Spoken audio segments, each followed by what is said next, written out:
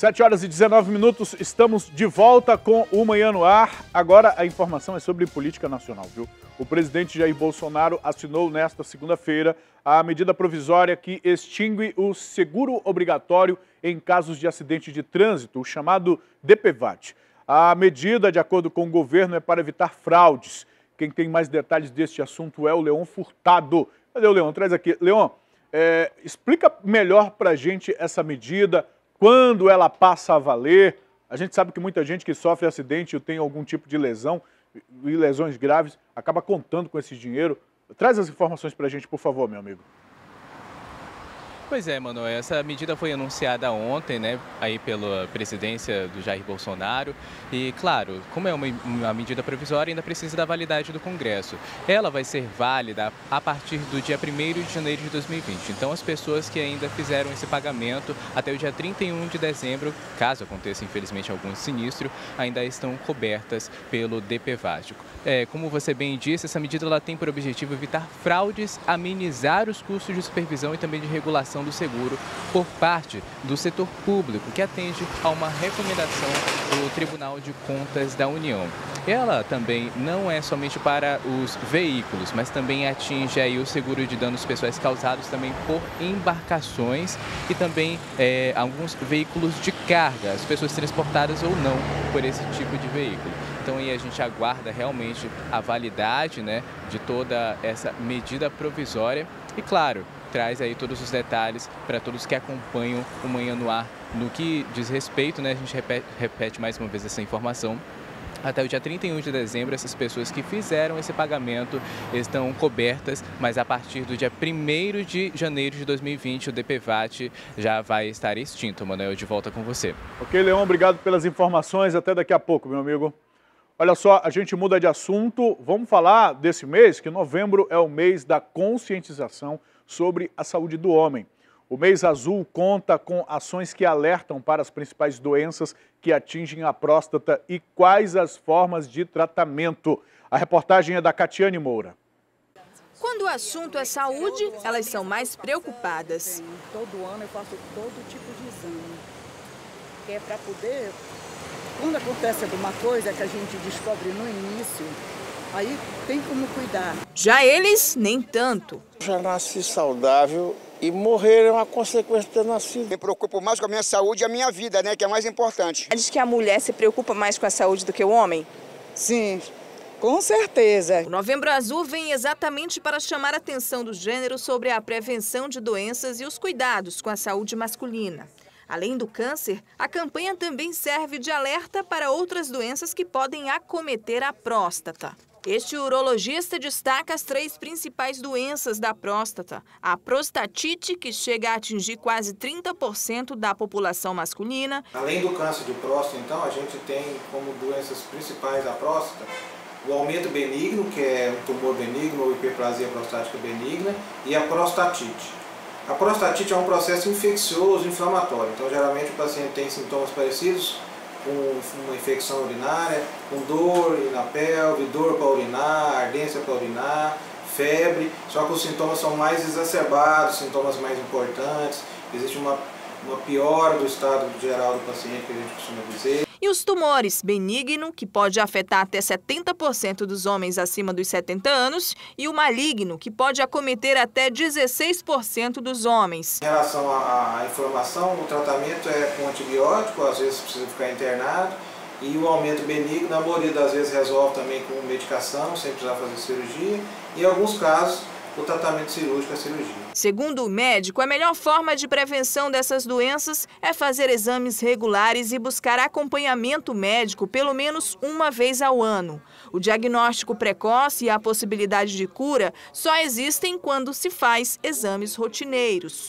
O melhor da gente é se cuidar. O especialista ainda reforça que o serviço público tem disponibilizado atendimento diferenciado neste Novembro Azul, mas é preciso manter o serviço durante todo o ano, para que os homens sejam encorajados a cuidar melhor da saúde. Minha diretora, a gente tem aquelas imagens, aquelas entrevistas que a gente colocou na passagem de bloco, quando a gente foi para o intervalo ainda há pouco, 2 entrevistas, um senhor que concorda com o exame e um senhor que não concorda. A gente pode exibir, eu vou pedir isso agora, porque nesse momento eu recebo aqui no estúdio o doutor Ítalo Cortez, que é urologista, vai ter uma conversa com a gente sobre essa questão, sobre o Novembro Azul, sobre o exame de próstata, sobre a próstata, vai explicar um pouco para a gente. Mas antes eu queria chamar essas 2 entrevistas porque elas são significativas para a gente. Vamos acompanhar, por favor. Já fez o exame da próstata? Já tá na fila de espera. Você vai estar na fila de espera? Tô na fila de espera, já tô na fila de espera. Está preparado para fazer? Tô. E eu quero avisar para vocês, meus companheiros, meus amigos, faça esse exame. Não vai com preconceito, não. Me diga uma coisa, você tem o hábito de fazer os exames de rotina? Nem. Não faz? Não. Mas você não Nem gosta de de injeção? próstata. Nem de próstata. Sou contra a dedada. É contra a dedada. Parece brincadeira, a gente ri, né? Porque os homens riem dessa, fazem piada com isso, mas é um assunto muito sério. Viu? De acordo com o Instituto Nacional do Câncer, o câncer de próstata é o segundo que mais mata homens no nosso país. Vamos saber mais sobre isso? Conversar aqui no estúdio com o doutor Ítalo Cortez. Bom dia. Bom dia, doutor. Bom dia, tudo bem? Beleza, muito obrigado pela sua presença com a gente aqui. Vamos falar com essa macharada aí, doutor. A gente viu aí na entrevista aí dois extremos, né? Sim. De um lado, um senhor já com uma certa idade, com a idade que precisa se cuidar, incentivando aos parceiros, aos iguais, a procurar o tratamento. E de outro, um outro com uma postura que não se cuida de forma nenhuma, inclusive o exame de próstata. Essa é a maior dificuldade para o tratamento? Bem, bom dia, obrigado pela oportunidade, mais uma vez, de poder levar um pouco de informação para a nossa população que nos assiste, né? Então, acho que o principal disso tudo é a gente conseguir conscientizar esses homens da importância da detecção precoce do câncer de próstata. Dr. Flávio Antunes, o colega que estava falando agora há pouco, disse que o melhor é justamente detectar precocemente. Por quê? Porque a gente não tem como evitar o câncer. Não existe um comprimido mágico ou uma forma de vida que você consiga evitar o câncer. O que você pode é fazer os seus exames periódicos e detectar precocemente. Eu acho que esse é o principal que a gente deve levar para essa população. E essa é uma informação que o senhor diz assim que é importante e preocupante. Sim. Deixa eu lhe perguntar, qual a incidência do câncer de próstata nos homens e a partir de que idade? Para a gente ter uma ideia do que está falando. Porque se não se pode evitar, beleza. Então, sei lá, de 100 homens, quantos podem desenvolver o câncer? Então, a cada 100 homens, nós temos uma média no Brasil de 18% de incidência. Então, 1 a cada 6 homens vai ter câncer de próstata no decorrer da sua vida.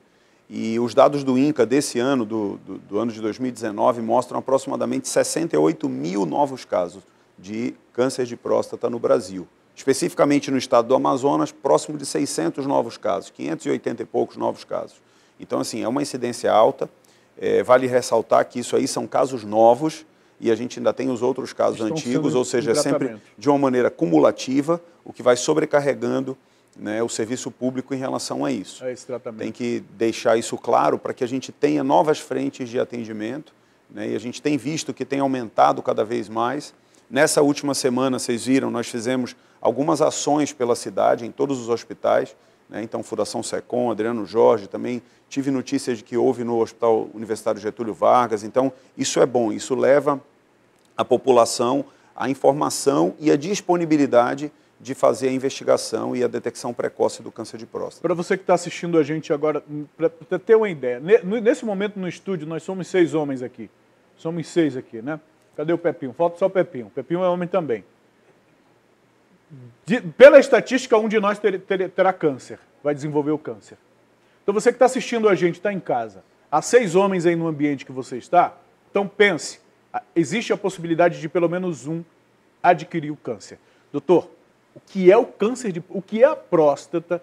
Por que é uma doença tão grave? Por que está matando tantos homens? O que exatamente acontece? Você pode explicar fisiologicamente para a gente, por favor? Posso sim. Na realidade, a próstata é uma glândula. Nesse modelo anatômico, a gente consegue ver dessa maneira, olhando de frente, você tem uma noção, né, dos 2 rins, aqui a bexiga urinária, e nessa área aqui embaixo da bexiga, a gente consegue ver a próstata.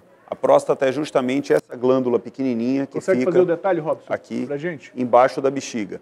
E ela tem uma ligação entre a bexiga e o pênis. Ou seja, a próstata ela tem uma interligação entre o sistema genital e urinário do homem. E ela ajuda na formação do sêmen. Então ela é muito importante para quê? Ela é importante na hora da reprodução. Então o sêmen é composto por um líquido que vem dos testículos, que é o espermatozoide, vesícula seminal, são duas glândulazinhas que ficam muito próximas da próstata, e também do líquido prostático. Aproximadamente 30% do sêmen, do que nós ejaculamos, vem da próstata. Então a importância dela é fundamental na reprodução, perpetuação da espécie. E o câncer de próstata é um câncer que tem uma incidência muito alta.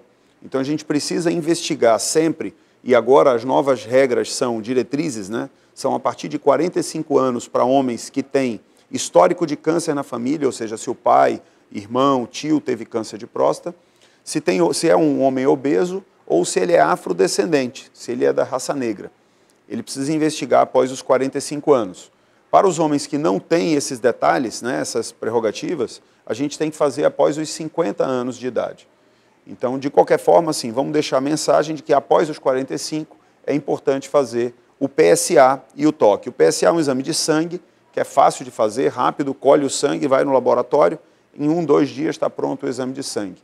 Era isso que eu ia perguntar. O senhor tem duas perguntas importantes a fazer antes dessa entrevista terminar. O primeiro é em relação ao exame. Eu já ouvi alguns urologistas falando que o exame mais preciso, moderno e adequado a se fazer é o toque, por conta da densidade, por conta do tamanho e de tantas outras informações que o médico consegue. E tem muitos homens que ficam assim, não, eu vou esperar para deixar fazer quando eu tiver mais tarde, porque até lá vai surgir um novo exame, alguma coisa. Doutor, quais são os exames? Qual é o procedimento que a macharada tem que enfrentar mesmo para ter a certeza de como está a próstata? Hoje nós temos que fazer, no mínimo, 2 exames para a próstata, no mínimo. Eles se complementam, então o exame do toque ele é fundamental. 20% dos cânceres não produzem PSA.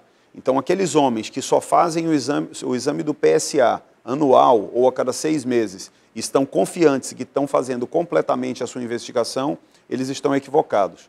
Né? Por quê? Porque nós sabemos que 20% dos cânceres de próstata não elevam o PSA. Então, que é o exame de sangue, para deixar... Que é o exame de sangue, exatamente. Que é o exame de laboratório. Então, o toque é fundamental, sim. O PSA ajuda muito, sim. Eles se complementam e trazem um raciocínio clínico para a gente, e nós podemos lançar mão até de outros exames necessários de acordo com cada caso. Sintomas, doutor. Quando que o homem está acontecendo alguma coisa com ele, que ele pode, opa, eu tô com algum problema na próstata. É possível ter essa noção? Essa é uma pergunta extremamente importante. Então, você que está nos assistindo, pense o seguinte: se você não sente nada, mesmo assim, você pode ter um câncer de próstata. Tá? Então, a importância maior é a gente fazer o exame periodicamente para evitar que você chegue numa fase muito avançada. Lembre o seguinte: o câncer de próstata não dá sintomas na fase inicial. O câncer de próstata não dá sintomas na fase inicial. Quando ele está numa fase avançada, ele começa a ter os sintomas como dor óssea, como sangramento pela via urinária, e o paciente começa a ter já deterioração assim da sua saúde. Já está numa situação crítica. Exatamente. Já não é o momento ideal para se buscar o tratamento, né? Enfim, tem que buscar.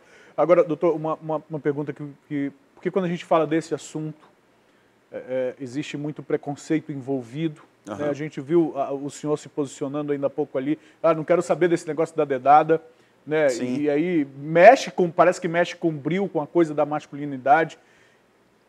Deixa de ser mais homem depois de ir no consultório e pegar a dedada, como queiram chamar, alguma coisa do gênero. O senhor que trabalha com isso, é um médico especialista nisso, o senhor poderia compartilhar isso com os nossos colegas de raça, de gênero, vamos dizer assim? Uhum. Isso daí é uma coisa que não vai mudar em nada a masculinidade. Na realidade, o exame é um exame que ele vai te ajudar na sua saúde. Então, a ideia não vai mudar, não vai deixar de ser homem, não vai mudar o gênero, né, de um paciente que vai fazer o exame de próstata. É um exame rápido, é um exame indolor, ele não vai levar nenhum prazer do homem, né, pelo contrário, é um exame que vem para ajudar. É um procedimento clínico, como a mulher faz, por exemplo, seus exames periódicos vaginais, como ela vai fazer o exame periódico da mama, eu acho que o urologista faz o exame de pênis, de testículo e da próstata para ajudar os homens a detectar problemas e que a gente possa ajudá-los inicialmente, né, tratar numa fase inicial. Esse é o principal. Olha, infelizmente o nosso tempo acabou, a gente tem até aqui em cima alguns exemplos aqui, eu imagino que sejam simulações da próstata, né? Exatamente. Doutor, eu estou aqui com o doutor Ítalo Cortez, o nosso tempo acabou, mas eu gostaria de encerrar facultando a palavra ao senhor para uma última mensagem, para uma última orientação, não última, mas sim, uma orientação que o senhor pensa que seja adequada diante desse contexto, diante da importância desse tratamento e dessa campanha que se faz esse mês.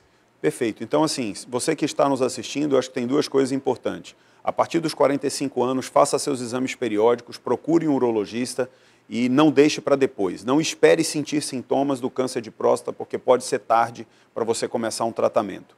E a outra coisa é, alguns estudos mostram que você pode diminuir a chance do câncer de próstata praticando atividades físicas, tendo uma alimentação saudável, né, e tendo relações sexuais periódicas. Isso faz com que a próstata trabalhe e jogue o sêmen para frente, produza o sêmen e que você possa ejacular e diminui a chance do câncer de próstata. Então essa é a mensagem final, né?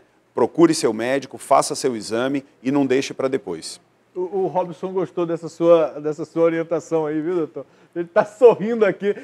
Mostra o Robson para mim aqui, Célio, por favor. Mostra o Robson. Está sorrindo aqui no estúdio, meu diretor. Olha só, ele gostou muito. Doutor, obrigado pela oportunidade. Pela sua participação com a gente aqui. Eu recebi o doutor Ítalo Cortez passando essas informações para a gente. Doutor, onde as pessoas podem procurar o atendimento mesmo? Onde podem procurar fazer os exames? Bem, hoje eu atendo em 2 hospitais, né? Atendo na minha clínica, que é a Clínica Urocentro, que fica na Rua Fortaleza, né? E atendo também na Fundação Hospital Adriano Jorge, na rede pública. Muito obrigado mais uma vez, Ítalo Cortez, urologista, trazendo essas informações para a gente. Eu ainda continuo falando sobre saúde. No município de Urucará, aqui no interior do nosso estado, uma família acusa um hospital da cidade pela morte de uma criança durante o parto. Os moradores fizeram um protesto, inclusive, e alegaram que mais 5 bebês já morreram por conta do descaso da equipe médica dessa unidade hospitalar. Vamos acompanhar a reportagem. Com cartazes escritos, família pede justiça, descaso em Urucará, luto por Analu, os manifestantes se reuniram em frente ao Hospital Raimunda Ferreira, no município de Urucará, em protesto devido à morte do bebê. A família da criança aponta negligência médica.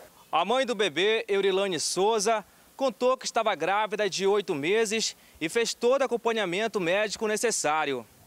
Os exames de pré-natal, segundo ela, apontavam que o parto seria cesáreo. Ela acordou sentindo fortes dores e foi até o hospital, imaginando que já estava no trabalho de parto. De acordo com a mãe, um enfermeiro identificado como Afonso a examinou e disse para ela voltar para casa, pois não estava na hora do bebê nascer. No dia seguinte, ela voltou a sentir dores e retornou ao hospital. De acordo com a jovem, após muita demora, o médico Oswaldo Souza deu parecer informando que o bebê estava morto, para desespero dela. Valberson Guimarães, de 26 anos, pai do bebê, conta que não é a primeira vez que uma situação de negligência médica acontece no município. Em um vídeo compartilhado nas redes sociais, familiares gritam por justiça e pedem que as autoridades tomem providência em relação ao descaso por parte da equipe médica da unidade hospitalar. No vídeo, é possível ver também o caixão do bebê morto. Essa falta de respeito com a população urucaraense. Ei, eu não tô falando só pela minha família, não. Eu tô falando pela cidade inteira de Urucará, pela população inteira. Porque hoje morreu a filha da minha sobrinha, amanhã vai morrer o filho do João, o filho do José, e ninguém vai fazer nada. É inaceitável isso, população. É inaceitável isso. A gente não aguenta mais a dor do descaso que está acontecendo na nossa cidade. Eu não sei o que vai acontecer daqui para frente, não. Mas eu só sei uma coisa, todos nós, eu acredito que nós queremos justiça. A gente tem nota da Suzane, diretora, sobre esse assunto. Um assunto muito sério, né? É da prefeitura. Eu estou vendo ali o símbolo da Suzane, a imagem. Põe na tela cheia, Caio, por favor. Olha ali, é um SUS, né? Do Sistema Único. É o hospital da Secretaria de Saúde de Urucará. a secretaria informou, a diretora está me passando a informação, que o caso vai ser investigado, viu? Vai ser investigado. Tanto os pais quanto os médicos vão ser ouvidos.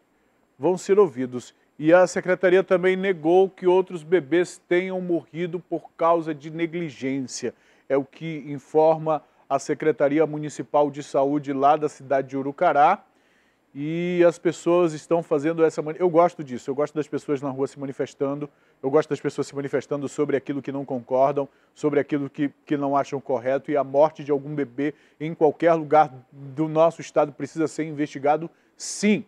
E que a prefeitura faça isso de uma maneira séria, de uma maneira correta, com o objetivo, não essa coisa de ser punitivo, de ser, sabe, de agir como um vingador, não, nada disso, mas principalmente para que se evitar novas mortes. 7h39, traz a imagem do drone para a gente, vamos ver por onde está voando o Alex Gomes. Ele está voando aqui, espera lá, o trânsito está parado, me ajuda a me localizar aqui, por favor. Nós estamos no Coroado, exatamente, estamos no Coroado, ali aquele telhado grande ali é da feira, aqui à direita é da Feira do Coroado, trânsito, uma certa retenção por conta do semáforo ali, olha. Após o semáforo a gente vê que o trânsito é tranquilo, mas esse semáforo sempre provoca essa retenção, desde a saída aqui do Conjunto Tiradentes, é uma certa retenção, e o motorista vai enfrentar outra retenção lá na saída, nas proximidades da rotatória do Complexo Viário Gilberto Mestrinho, com a confluência aqui também da saída da Avenida das Torres. Então, o motorista que está vindo da Zona Leste, meu amigo, tem que ter uma paciência quando chega nessa área do Coroado aí, viu? Imagens que o Alex mostra pra gente, ali da Alameda Cosme Ferreira, exatamente no Coroado. Aí ainda é a Zona Leste da cidade de Manaus. Motorista que vem da Zona Leste, todo dia, é terça-feira, né, gente? É melhor um pouquinho que na segunda, não é melhor, é melhor do que na sexta, mas ainda assim é um dia de feira, é um dia complicado para o motorista. Obrigado, Alex Gomes, por trazer as imagens do alto da nossa cidade. Agora, 7h41, chegou a hora da gente ir direto para a redação do jornal A Crítica.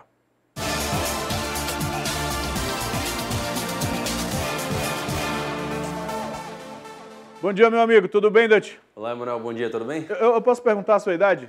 37 anos. 37, não, ainda falta 8 anos para encarar, de acordo com as informações que o médico trouxe pra gente. Mas aqui. eu vou marcar já ano que vem, logo que é pra já ir criando uma intimidade, pra ficar tudo Isso certo. que eu gosto, esportista. Cláudio, aumenta um pouquinho só o retorno do Dante pra mim aqui, eu quase não estou ouvindo aqui no estúdio. Dante, vamos direto ao assunto aqui, Dante, porque o presidente Jair Bolsonaro confirmou que vai deixar o PSL, né? Afirmou que vai deixar o PSL, e diz que vai fundar um novo partido. E aí, o deputado Pablo, que é do PSL, não acredita da saída do presidente. Enfim, o Jornal A Crítica está trazendo isso no Sim Não, não é? Isso, exato. Traz pra gente, desembola esse negócio aí pra gente entender, por favor. Na verdade, esse negócio ele tá menos embolado do que o delegado Paulo tenta colocar, né? A grande questão, só para contar tudo do começo, né? Ontem já foi noticiado aí por toda a imprensa nacional, inclusive o próprio Eduardo Bolsonaro, filho do presidente Jair Bolsonaro, comentou que sobre essa reunião que vai acontecer hoje, uma reunião que deve acontecer hoje à tarde, provavelmente no Palácio do Planalto mesmo, reunindo os principais aliados ali do presidente Jair Bolsonaro dentro do PSL, que ele deve comunicar a saída dele do partido e a partir daí posicionar os planos que ele tem. O Eduardo Bolsonaro comentou que ainda não está decidido, que eles só vão decidir na reunião se vão para uma legenda que já está instituída, um partido que já está pronto ali, tudo certinho, ou se deve fundar um novo partido. A tendência absoluta é para que seja fundado um novo partido. Por quê? Porque a intenção do presidente é evitar o que aconteceu no PSL. Ele quer dominar, né, um partido, ele quer ter um partido ali para chamar de seu, isso é normal com todos os grandes líderes políticos aí dos estados, dos municípios, eles têm essa capacidade de gerir os rumos do partido, e o presidente Jair Bolsonaro, logicamente, quer isso também numa nova legenda. Ainda não se sabe o nome dessa legenda, já fala assim, tanto em conservadores ou como Aliança pelo Brasil, né? Um nome que remete, inclusive, à Aliança Renovadora Nacional, lá, a Arena, partido da época da ditadura militar. mas ainda não está definido como é que vai ser isso. E onde é que entra o Pablo nessa história, o delegado Pablo? O delegado Pablo é o único representante do PSL do Amazonas na Câmara Federal. Ele tem tanto trânsito com uma ala mais bolsonarista do PSL, quanto tem muito trânsito também com o Luciano Bivar, que é o presidente do partido, que entrou em choque aí com o presidente Jair Bolsonaro por conta do PSL e, né, culminou na saída do presidente do partido. Então, Pablo fala, inclusive, falou ao Omar Guzmão, nosso editor da coluna do Sim Não, que não acredita em uma linha do que a Folha publica, mas não é só a Folha que está falando isso, todo mundo está falando isso, inclusive o próprio filho do presidente falou isso. Então ele parece que foi deslocado ali dessa história, né? Parece que não foi convocado, não demonstra ser visto como um dos principais aliados aí do presidente entre essa cúpula que tá formando um novo partido, que aí a gente tem Carla Zambelli, Bia Kicis, Bibo Nunes, tem vários nomes ali bem fortes dessa ala bolsonarista que estão comandando esse novo momento. Né? Deixa eu te perguntar, aproveitar a tua experiência na cobertura desses assuntos, porque tem algo que, assim, o Bolsonaro é um parlamentar, a história política dele é no Congresso, portanto, ele conhece como a coisa funciona. Fundar um partido agora significa ter uma legenda sem apoio político no Congresso. O PSL hoje é a segunda maior legenda no Congresso Nacional. Abrir mão disso não colocaria em xeque, inclusive, a própria governabilidade? Não seria criar um inimigo dentro de casa? Então, é uma coisa que não cabe, até porque, e aí vem também, no que você vai comentar, eu queria que você incluísse também, que se os apoiadores dele, o próprio Pablo ou outros deputados que quiserem segui-lo, podem perder o mandato, não é isso? Esse é um grande ponto, Emanuel, essa questão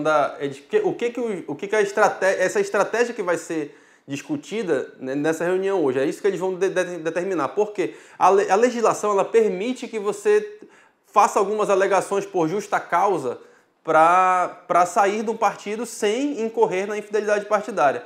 Há correntes aí desse movimento, dessa ala do PSL que quer sair alegando a justa causa, por exemplo, usando o caso das candidaturas laranja, né, que claramente noticiado e está sendo investigado. Então eles querem, por exemplo, usar essa alegação para sair, né, dizendo que o partido feriu aquilo que estava previsto no seu programa eleitoral. Esse é um dos pontos. Isso vai ser discutido. Um outro detalhe dentro dessa preocupação aí que você cita é a questão do fundo eleitoral, né, que é o grande ponto. Né? A gente tem eleições municipais ano que vem. Geralmente acontece o inverso. Né? A gente está vendo agora o presidente de um partido foi eleito por um partido considerado até então nanico, e a partir de agora a intenção dele qual é? É conseguir grandes prefeituras, né, para potencializar esse jogo aí do poder, né, nas principais cidades do país. Então o PSL tem um interesse muito forte nas eleições municipais do ano que vem.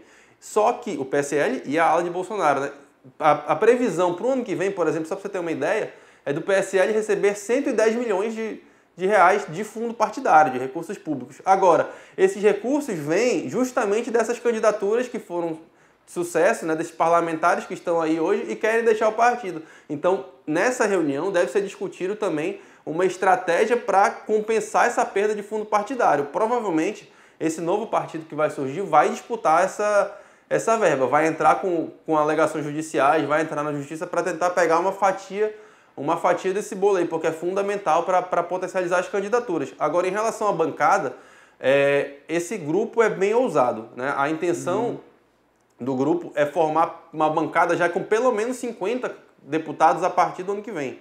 Né? Então, assim, já seria potencialmente segunda, se conseguirem passar de 55, seria a principal bancada do Congresso Nacional. Congresso, né? A intenção deles qual é? É pegar pelo menos 30 deputados hoje do PSL e migrar para essa nova legenda e a partir daí buscar aliados em outras legendas. Falam em PP, em PSD, em PSC, em vários partidos ali que estão que tem um alinhamento mais voltado aí para Jair Bolsonaro e buscar, inclusive até do PSDB, né? Eles querem buscar alguns insatisfeitos ali, querem fazer uma grande bancada. É um projeto ousado que eu não duvido que dê certo. Eu acho que tem uma possibilidade. Uma possibilidade muito forte. Tem muita gente que apoia, tem muita gente de outros partidos, inclusive, Manuel, que é claramente bolsonarista. Eu não estou falando que ele vai sair, né? Até imagino que não, mas a gente tem, por exemplo, o capitão Alberto Neto, né?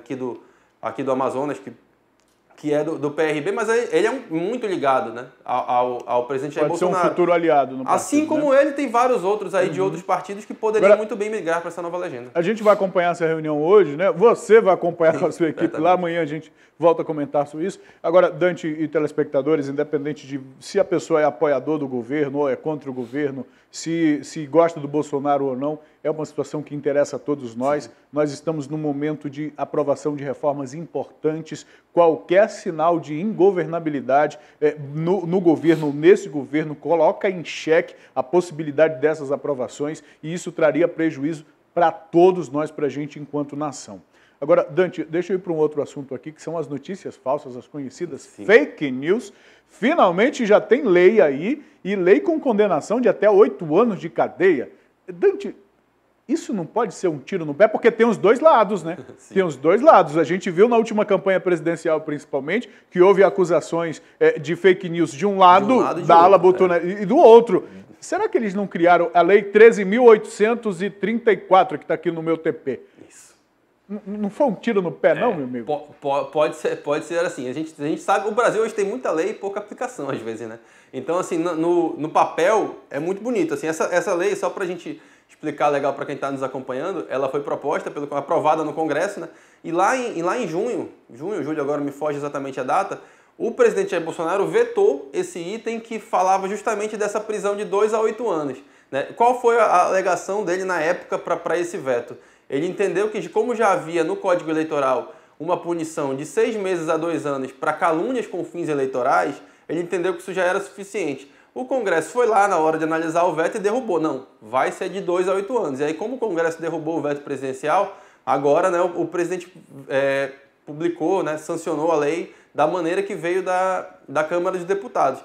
Então, assim, no papel é muito bonito você ver de 2 a 8 anos. Agora, a gente precisa saber de fato se isso vai ser aplicado. A gente já tem, como eu acabei de falar, a gente já tem no Código Eleitoral calúnias com fins eleitorais prevendo de 6 meses a 2 anos. Eu nunca vi ninguém ser preso, né, por calúnia com fins eleitorais. Porém, desde a primeira eleição que eu cobri em jornalismo, lá em 2004, eu vejo panfleto caluniando candidato A, candidato B. Na época não tinha WhatsApp, não tinha rede social para ficar divulgando essas coisas, mas o que a gente mais via por aí era amanhecer em alguma escola, em algum lugar, um monte de panfleto sem ninguém assinar, né, panfletos apócrifos, né, como a gente fala, e caluniando diversos candidatos. Eu lembro disso na campanha para a prefeitura de 2004 com clareza, assim, que eu trabalhei acompanhando bem de perto essa eleição.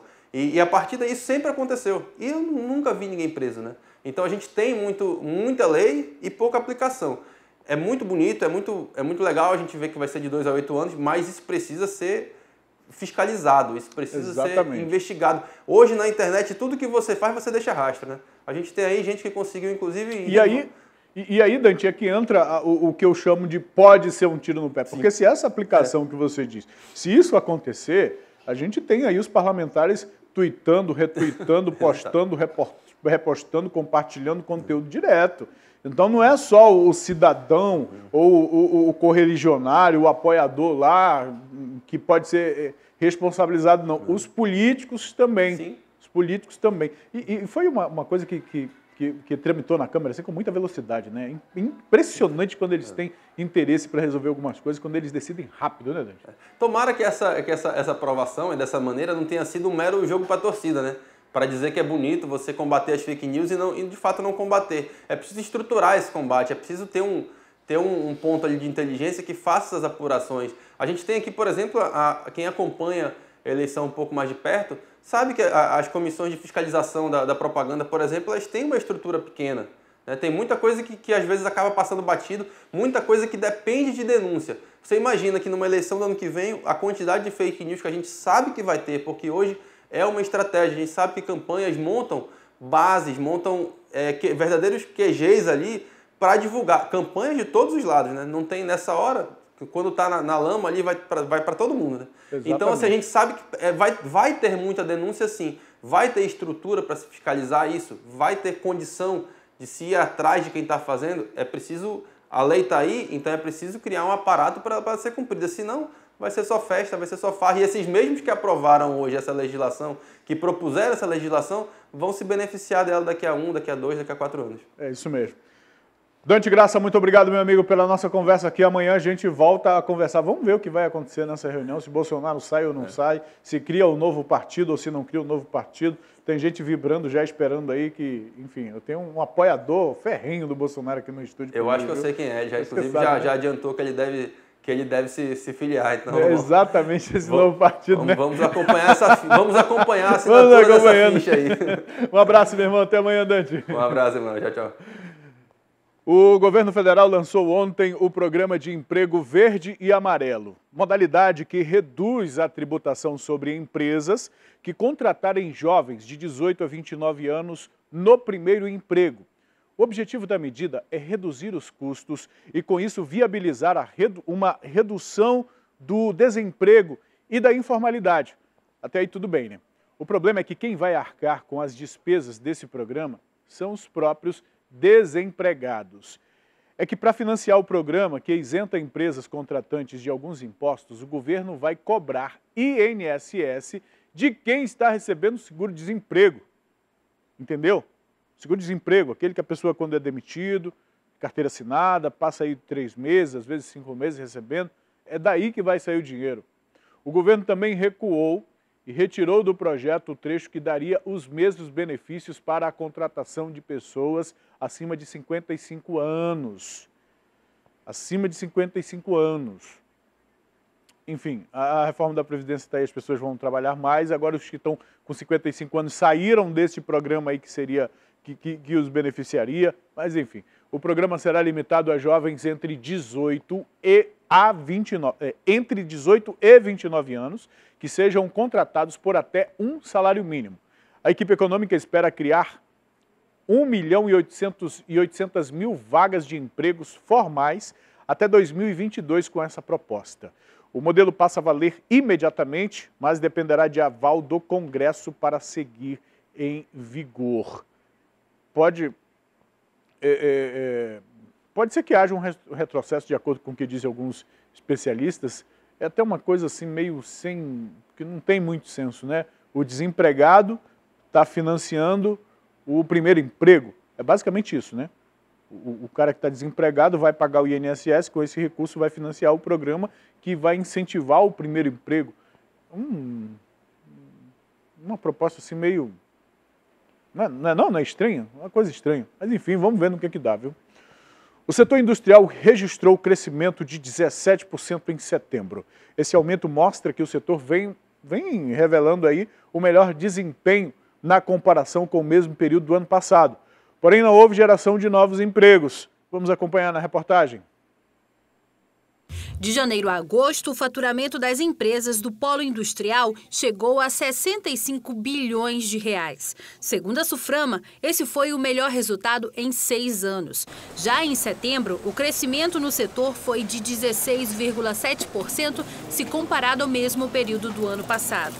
Entre os motivos para o crescimento da produção na Zona Franca de Manaus foi a Black Friday e também a chegada do Natal. Mas apesar dessa recuperação, ainda não houve um aumento com relação a novos empregos. Infelizmente, nós não vimos esse aumento nos números de emprego, por conta da automação, das inovações tecnológicas que tem tanto nos produtos quanto nas linhas de produção. Os setores que tiveram melhor desempenho foram a produção de discos e DVDs, a fabricação de produtos derivados do petróleo e biocombustíveis e de máquinas e equipamentos. Segundo o IBGE, a produção industrial no país cresceu em 10 das 15 regiões que foram pesquisadas. E a expectativa dos especialistas é que a produção do polo industrial de Manaus continue crescendo em 2020. Eu acredito que o país está trilhando um caminho, sim, de retomada, e o otimismo com relação a isso deve ser mantido. Esperamos que seja mantido. Parece que a reforma tributária vai poupar a Zona Franca de Manaus. Daqui a pouco a gente fala sobre esse assunto. Agora, você que é amazonense, tenho certeza que não abre mão de comer um bom peixe no almoço. Se você é desse time, então aproveita a oportunidade para comprar pescado a preço popular. Ficou interessado, né? Vamos falar com a Meixa Piama, que está ao vivo? A Meixa Piama, olha aqui, opa, tá fechando o olho, é o sol tá incidindo na cara, deve estar de cara pro sol, a Meixa Piama. Será que ela tá me ouvindo? Será que ela tá me ouvindo? Ela tá lá na feira da Avenida Itaúba, que recebe hoje, como é o nome do projeto? Como é o nome do projeto? Deixa a meia aqui. Opa, tiraram a Meixa Piama. Tiraram a Meixa Piama. Acontece isso às vezes quando a gente está na externa, viu? Quando a gente está na externa, o retorno não funciona lá direitinho. Mas eu vou para o intervalo, daqui a pouco eu volto para falar sobre esse assunto, para mostrar a movimentação na feira lá na zona leste da cidade e conversar novamente com a Meixa Piama. É rapidinho, não sai daí, tá?